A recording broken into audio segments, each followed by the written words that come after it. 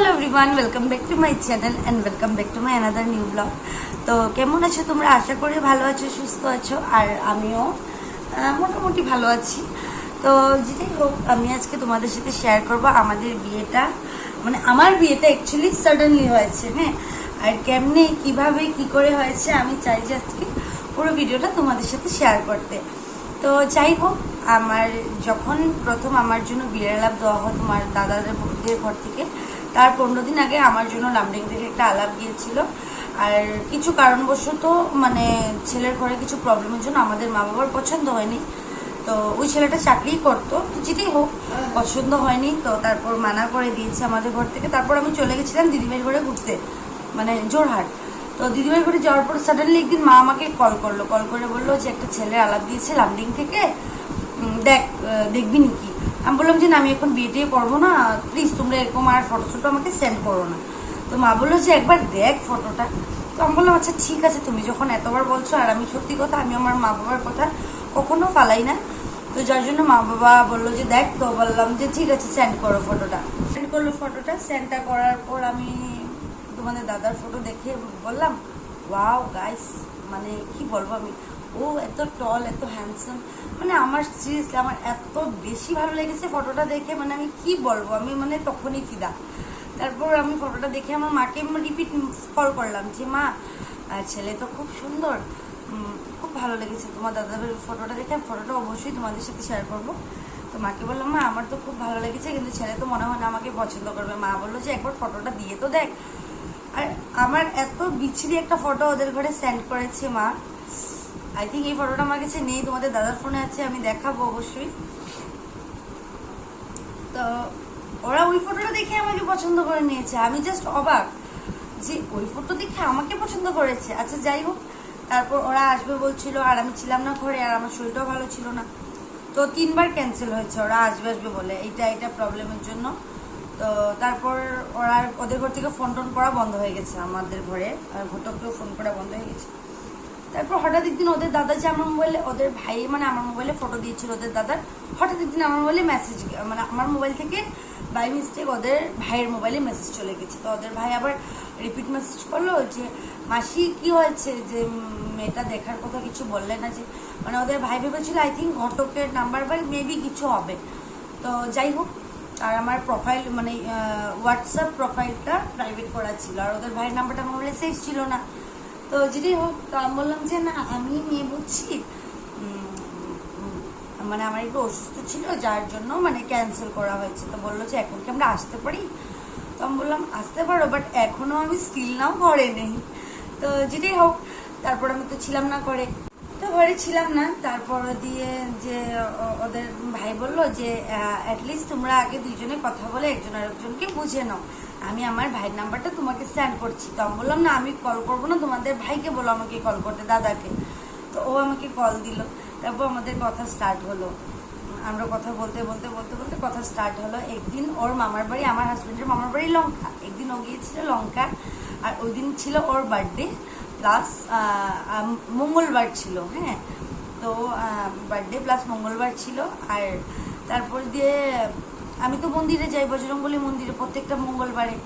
তো আমরা ফোনে কথাটা তো বললাম, ভিডিও কলে কথাটা তো হতো, আমার রিলস সব দেখতো। আমরা রাত্রে 1টা, 1:30, 2টা পর্যন্ত কথা বলেছি। তো একটা কথা বলে অ্যাটাচমেন্ট হয়ে যায় না তোমাদের দাদাভাইয়ের সাথে, ঠিক তেমনই আমার অ্যাটাচমেন্ট হয়ে গেছিলো।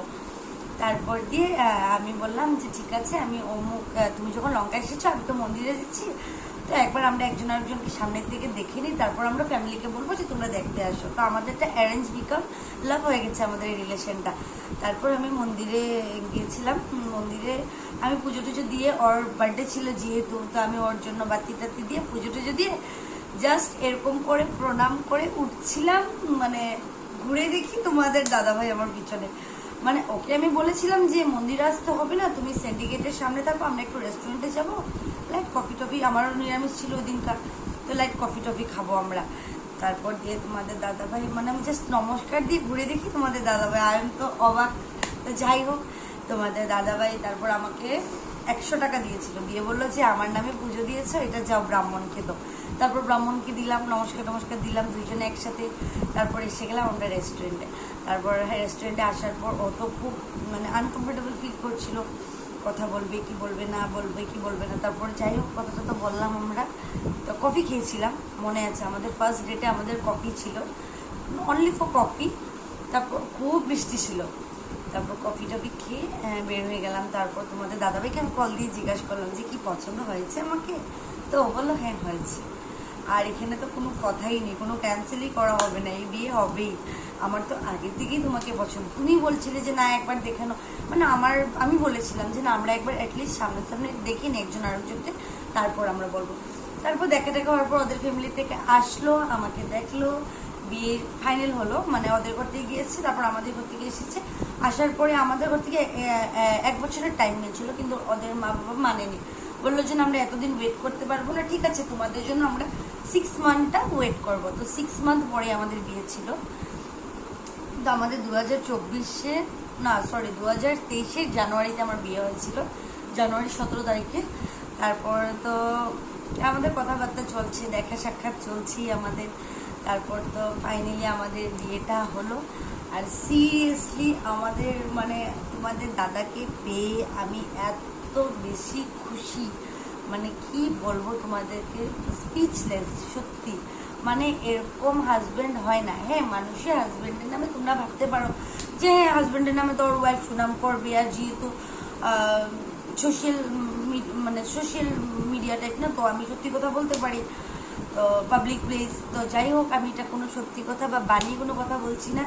আমি অনেক লাকি যে তোমাদের দাদার মধ্যে একটা হাজব্যান্ড পেয়েছি, খুব সাপোর্টিভ, খুব বেশি ভালোবাসে আমাকে। তো আমাদের অ্যারেঞ্জ বিকাম লাভের কাহানিটা এগুলো পর্যন্ত, স্টোরিটা যদি ভালো লেগে থাকে তো like comment share and subscribe. আর দেখা হচ্ছে নেক্সট একটা ভিডিওর সাথে। আর তোমরা তো আমাকে কমেন্ট করতে ভুলেই যাও, বললাম তো কি জানতে চাও কিউএনএ ভিডিও থেকে ধরে সব বলবো, তোমরা খালি কিউএনএ করে যাও, কোয়েশ্চেন করে যাও আমাকে। আমি অবশ্যই একদিন তোমাদের কিউএনএর উপর একটা ভিডিও বানাবো। আর যদি তোমাদের কোনো কোয়েশ্চেন থাকে এই ভিডিওটাতে আমাকে কোয়েশ্চেন করো, আমি নেক্সট ব্লগে চেষ্টা করব যে তোমাদের প্রত্যেকের কোয়েশ্চেনটার রিপ্লাই দিতে। তো ভিডিওটা যদি ভালো লেগে থাকে do like comment share and subscribe. আর হ্যাঁ দাঁড়াও আরেকটা কথা, আমাদের যেদিন বিয়ে হয়েছিল আমি তো খুব কান্না করছিলাম, মানে বিদায়ের দিনকার। আর তোমাদের দাদাভাই ওই মোমেন্টটাতে ড্রাইভার দাদাকে বলছিল যে আমার বউ তো খুব কান্না করছে, যদি ও ফিট হয়ে যায় মানে সেন্সলেস হয়ে যায়, সামনে কি কোনো হসপিটাল আছে। মানে ওই দিন থেকেই তার এত কেয়ারিং আমার প্রতি, এত ভালোবাসা। মানে আমাদের রিলেশনের আজকে 1 বছর 8 মাস। তোমরা ভাবতে পারো হ্যাঁ 1 বছর 8 মাস সবাই ভালোই চলে, রিলেশনে ঝগড়া হওয়ার কোনো কথাই নেই, কিন্তু আমাদের 1 বছর 8 মাসের মধ্যে না এখনো কোনোদিন ঝগড়া না কিছু। সত্যি আমাদের রিলেশনটা আমি তো ঠাকুরের সাথে কম্পেয়ার করবো না, কিন্তু সত্যি আমি ভগবান পেয়েছি আমার হাজব্যান্ড। তো ভিডিওটা যদি ভালো লেগে থাকে do like comment share subscribe, by.